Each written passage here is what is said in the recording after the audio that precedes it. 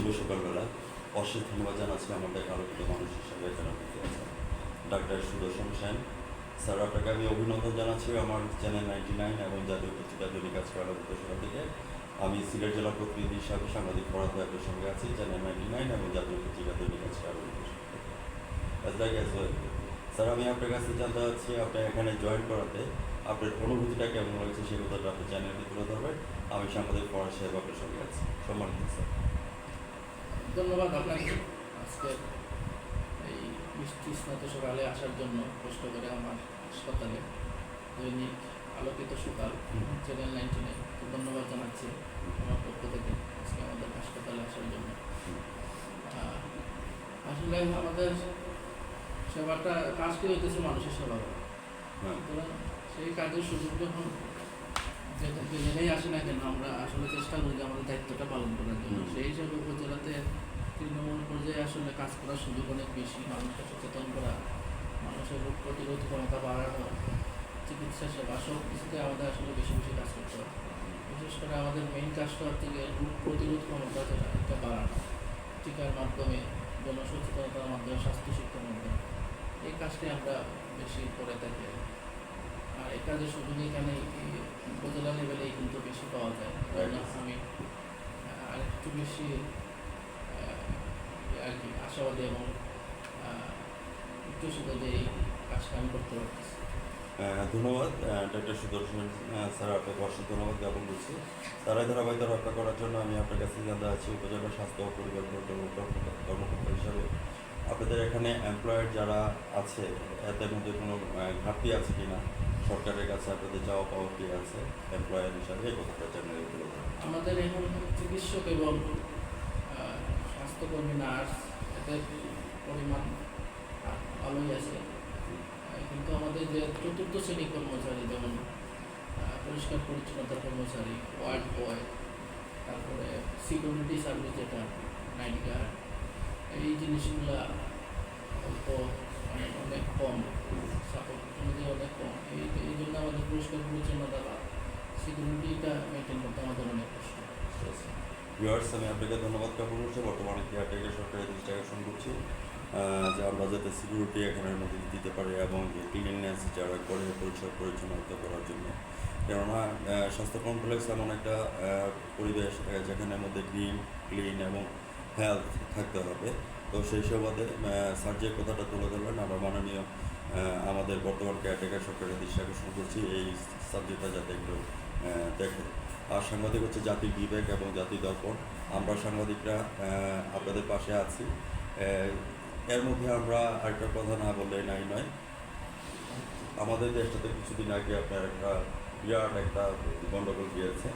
তো সেই সুবাদে মনে করেন যে আমরা লাখো শহীদের বিনিময়ে আমরা দেশকে স্বাধীন করেছি 1971। তো সেক্ষেত্রে আমরা দ্বিতীয়বার আবার দেশকে স্বাধীন করেছি। তাদের মধ্যে আমাদের ছাত্র সমাজ থেকে শুরু করে পুলিশ সমাজ থেকে শুরু করে অনেকেই এবং সাংবাদিকরা চিরবিদায় নিয়েছে। তো দ্বিতীয় স্বাধীনতা যে আমরা আজকে ছিনিয়ে আনতে পেরেছি, তো সেক্ষেত্রে আপনার অভিনয়টা তুলে ধরবেন শ্রদ্ধেয় স্যার ডাক্তার সুদর্শন স্যার। ধন্যবাদ।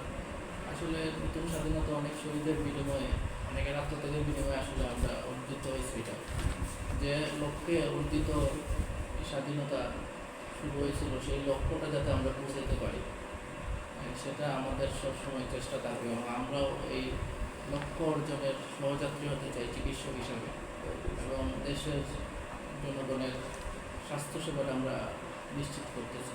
এটা আমাদের এসডিজি গোল আছে, সাস্টেনেবল ডেভেলপমেন্ট গোল। সবার জন্য স্বাস্থ্যসেবাটা সমন্বয়ে পৌঁছে দেওয়া, এটা আমাদের টার্গেট থাকবে। ধন্যবাদ আপনাকে। যারা এই পৃথিবী থেকে চলে গেছেন তাদেরকে আমরা রুহের মাগফিরাত কামনা করি, আল্লাহ তাআলা ওনাদেরকে জান্নাতুল ফেরদৌস দান করে তারা এই ধারাবাহিকতা রক্ষা করার জন্য। আমার পার্সোনাল লাইফ থেকে আমি বলছি যে জিনিসটা, আমি যখন শুরু হয়ে গেছে আমাদের অরাজকতা, সাংবাদিকরা কিন্তু আমরা বসেনি, কেননা আমরা সাংবাদিকরা বাইরে থাকবো। আপনারা যারা অফিসার আছেন, ওনারা পার্সন আছেন, আপনারা অফিসে থাকবেন, সেবা দেওয়ার দায়িত্ব হচ্ছে আমরা।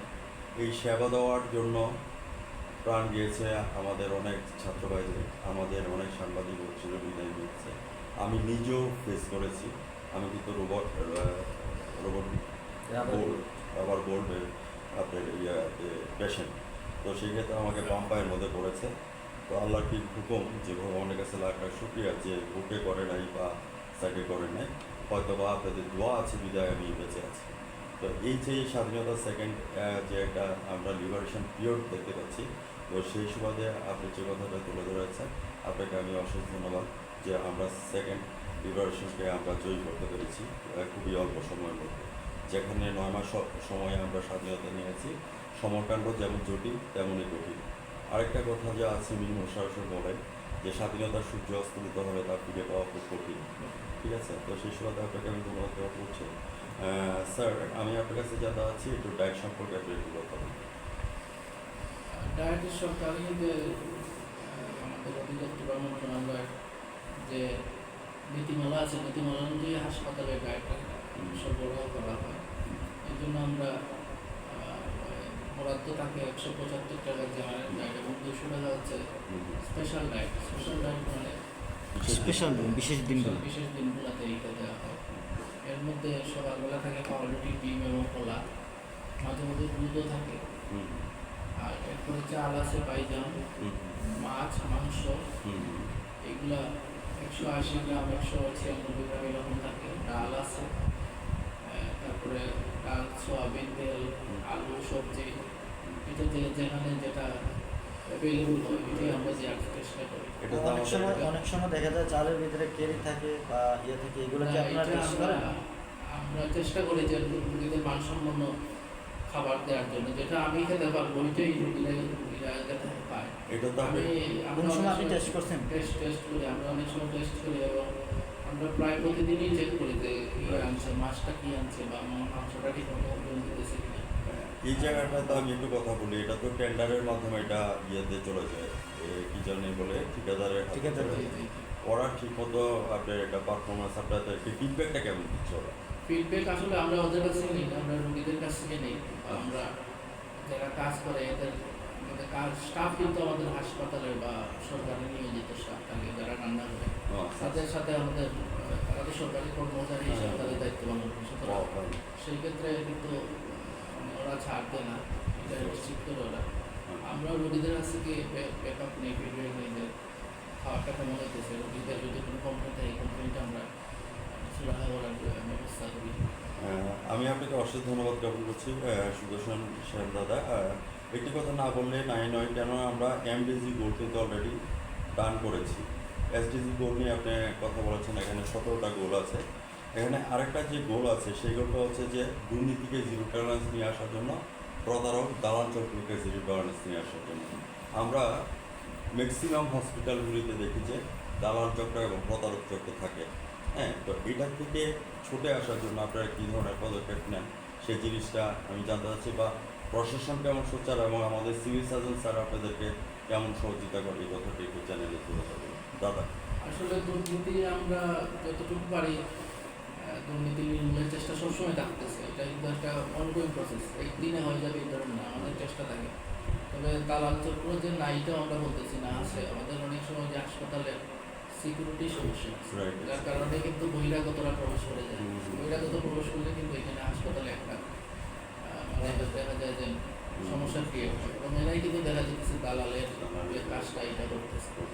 সিকিউরিটিটা বাড়ানো গেলে কিন্তু আমরা বহিরাগত প্রবেশ যদি নিষেধ করতে পারি বা রেস্ট্রিক্ট করতে পারি, তাহলে কিন্তু দালালের সমস্যাটা অনেক কমে গেছে।